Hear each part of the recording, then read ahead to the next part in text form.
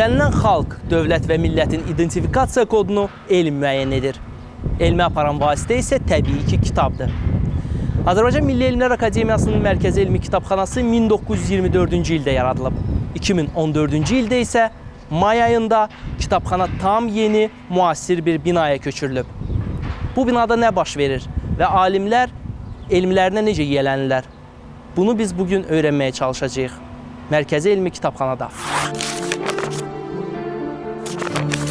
Bugün kitabxananın fondlarında 1.500.000-ə yaxın kitab var. Şərq Ədəbiyyatı Fondu, Qərbi Avropa Ədəbiyyatı Fondu, Nadir Kitab Fondu, Dissertasiya Fondu, yardımçı fondlar və bunlar hamısı kitabları çox yüksək səviyyədə mühafizə edir. Həm fiziki baxımdan, həm məzmun baxımından kitablar mühafizə olunur. Kitabxananın ən məşhur və zəngin fondu Qərbi Avropa Ədəbiyyatı Fondudur. Bu fondda dünyanın 16 dilində 10 minlərlə kitab toplanıb. Azərbaycanda mövcud olan ən qədim kitab da məhz bu fondda aşkarlanıb. 1508-ci ildən başlayaraq olan ədəbiyyat bizim bu fondda saxlanılır. Məşhur yazarların əsərlər topluları saxlanılır bizim bu kitabxanada. Məsələn, Voltaire'in 98 nüsxədən ibarət olan toplusu bütünlüklə hamısı bizdə saxlanılır. Immanuel Kant, yəni orta əsrlərin məşhur filosofu, hal-hazırda da kitabı əlçatmaz, nadir bir şey, bir ədəbiyyat sayılan bir filosofun kitabı bizdə saxlanılır. Fondun daha bir özəlliyi yüzlərlə Qərbi Avropa rəssamlarının əsərlərinin toplanmasıdır. Bu əsərlər əsasən ölkələr arasında daim aparılan kitab mübadiləsi və 2-ci Dünya müharibəsindən sonra Azərbaycana gətirilən qiymətli kitablardır.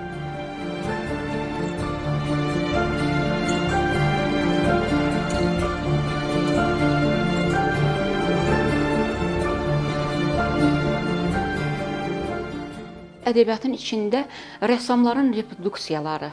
Valla elə rəsm əsərləri görürəm ki, döymə vasitəsilə olan rəsm əsəridir. Məsələn, Aleksandr Luçinin. Mən inana bilmirəm ki, o reproduksiyadır. İndi çəkəcəksiniz, görəcəksiniz. Əlinizi də vuranda hiss edəcəksiniz ki, bu döymə bir əsərdir. Amma ona reproduksiya demək olar, olmaz, inana bilmirəm. Var Leonardo da Vinci'nin, onun o vaxtdan bu vaxta gəlib çıxan cəmi 15 əsəri vardır ki, o hal-hazırda bizim bu kitabxanada, bu fondda saxlanılır reproduksiyaları. Bura isə Mərkəzi Elmi Kitabxananın Şərq Ədəbiyyatı Fondudur. 1959-cu ildə yaradılan bu fondda 300 kitab var idisə, bugün fondda 75.000 kitab toplanıb. Bu fondda ərəb, fars, türk və 39-cu ilə qədər nəşr olunmuş Azərbaycan kitabları toplanıb. Misal üçün, əlimdə olan bu Arşın Malalan əsəri, Üzeyir Hacıbəyovun əsəridir, 1917-ci ildə çap olunub və ilk nüsxəsidir bu əsərin. Cəlil Məmməd Quluzadənin 1905-ci ildə Molla Nəsrəddin imzası ilə çap elətdirdiyi bu Usta Zeynal əsəri isə burada gördüyünüz kimi 1906-cı ildə 25 fevral tarixində senzura tərəfindən keçirilib. 61-ci ildən başlayaraq 2014-cü ilə qədər demək Şərq ölkələrindən Türkiyə, İran, Ərəb ölkələrindən Suriya, Bağdad, Misir, Birləşmiş Ərəb Əmirlikləri, Səudiyyə Ərəbistanı Krallığı. Biz bütün bu ölkələrlə, Şərq ölkələri ilə hər zaman daimi mübadilə aparmışıq, elmi, yəni kitab mübadiləsi və bundan əlavə bizim Azərbaycanda, Bakıda olan bu dövlətlərin səfirlikləri ilə də hər zaman əlaqədə olmuşuq və onlardan da kitab kolleksiyaları, hədiyyələri almışıq. Şərq Fondunda Osmanlı dövrünün zəngin ədəbiyyat kolleksiyası, dünyanın məşhur şərqşünaslarının ən nadir kolleksiyaları və müxtəlif dini mövzularda olan qədimi ədəbiyyat mühafizə olunur.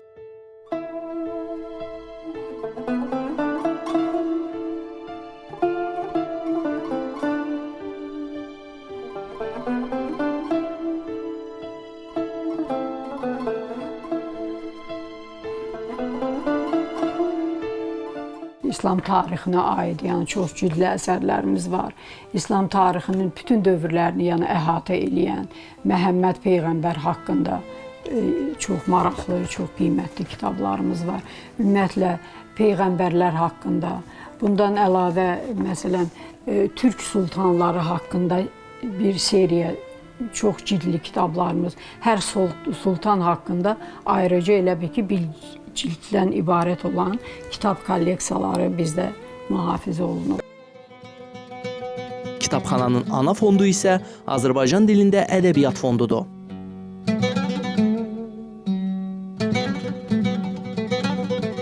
Burada əsasən 20-ci əsrin əvvəllərindən ərəb əlifbasından imtina etdikdən sonra dərc edilən 90 mindən artıq kitab mühafizə olunur.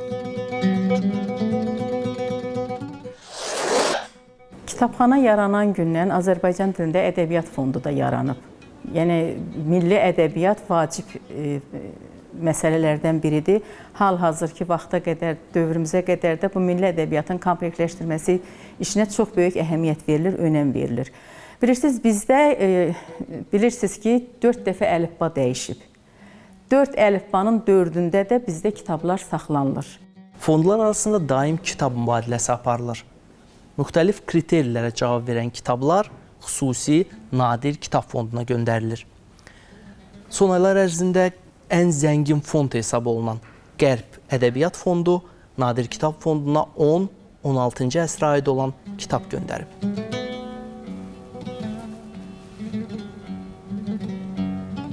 Kitablar arasında Hesiod, Leonardo Aretini, Flavio Biodo, Kaspar Hedzio və digər dünyaca məşhur tarixçilər və alimlərin kitabı var. Onlardan ən nadir və qiymətlisi isə 1508-ci ildə İtaliyalı alim, filosof və tarixçi Leonardo Bruno Aretini'nin müəllif olduğu Aristotelin İqtisadiyyat haqqında fikirləri kitabı da məhz nadir fondda saxlanılır.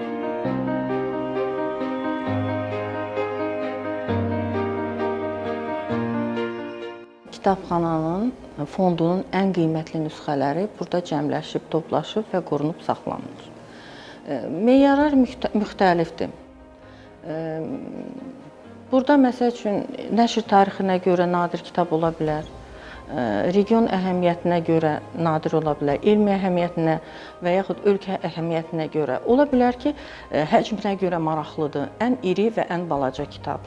Və yaxud hansısa görkəmli şəxsiyyətin avtoqrafı ilə olan kitablar, az nüsxədə vaxtı ilə buraxılmış kitablar, vaxtı ilə qadağan olmuş kitablar.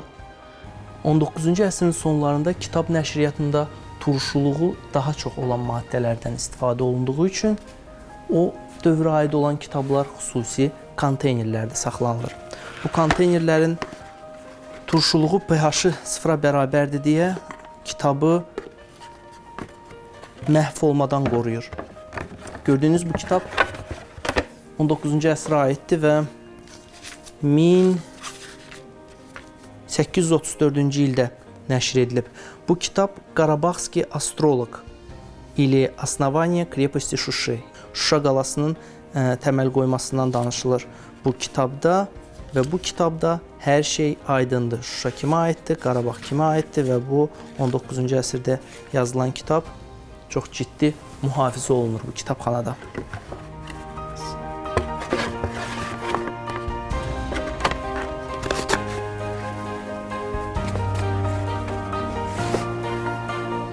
Dağlıq Qarabağdan tutmuş ta İrəvana qədər bütün ərazilərin tarixi Azərbaycan torpaqları olmasına dair kitabxanada müxtəlif dillərdə minlərlə kitab var. Bununla yanaşı ermənilərin tarixini, köçəri həyatını və digər faktları əks etdirən kitabların qərəzli yazılıb yazılmadığından asılı olmayaraq fondlarda göz bəbəyi kimi qorunur. Nəinki qorunur, hətta kitabxanada olan bütün ədəbiyyat kütləvi istifadəyə təqdim edilir.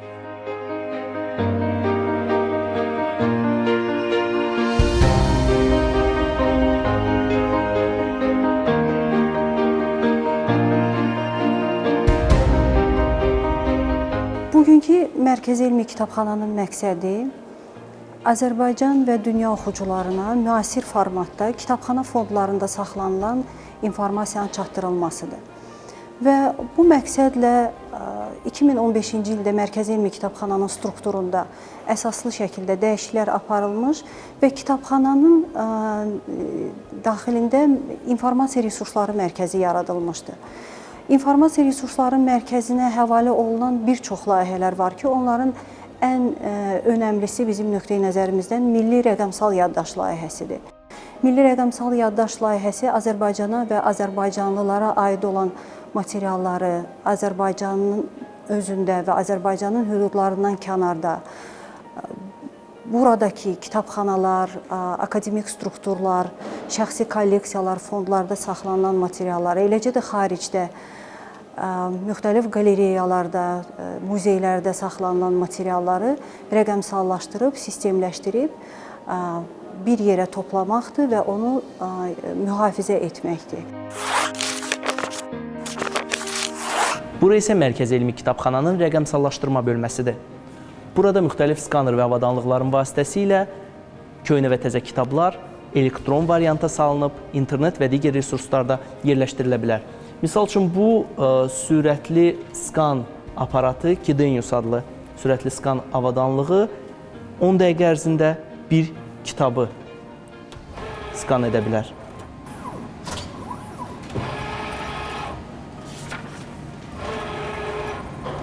Rəqəmsal bölmə ilin əvvəlindən yarandığı gündən 2500-ə yaxın müxtəlif ölçüdə, müxtəlif tipdə yeni və qədim kitabları biz skan eləmişik, rəqəmsallaşdırmışıq. Rəqəmsallaşdırma dedikdə təkcə gördüyünüz proses deyil, bu prosesdən sonra artıq işçilərimiz, əməkdaşlarımız tərəfindən növbəti prosesdir ki, bunların rəqəmsallaşdırılıb konvertasiya prosesidir ki, bu proses həmən skan edilmiş materialların oxuculara təqdim olunması üçün. Ən zəngin fond, ən müasir avadanlıqlar və ən qədim kitablar. Bütün bunlar Azərbaycan Milli Elmlər Akademiyasının Mərkəzi Elmi Kitabxanasında toplanıb. Bir məqam qalır ki, gənc alimlər öz elmlərinə bu kitabxana vasitəsilə dərindən yiyələnsinlər.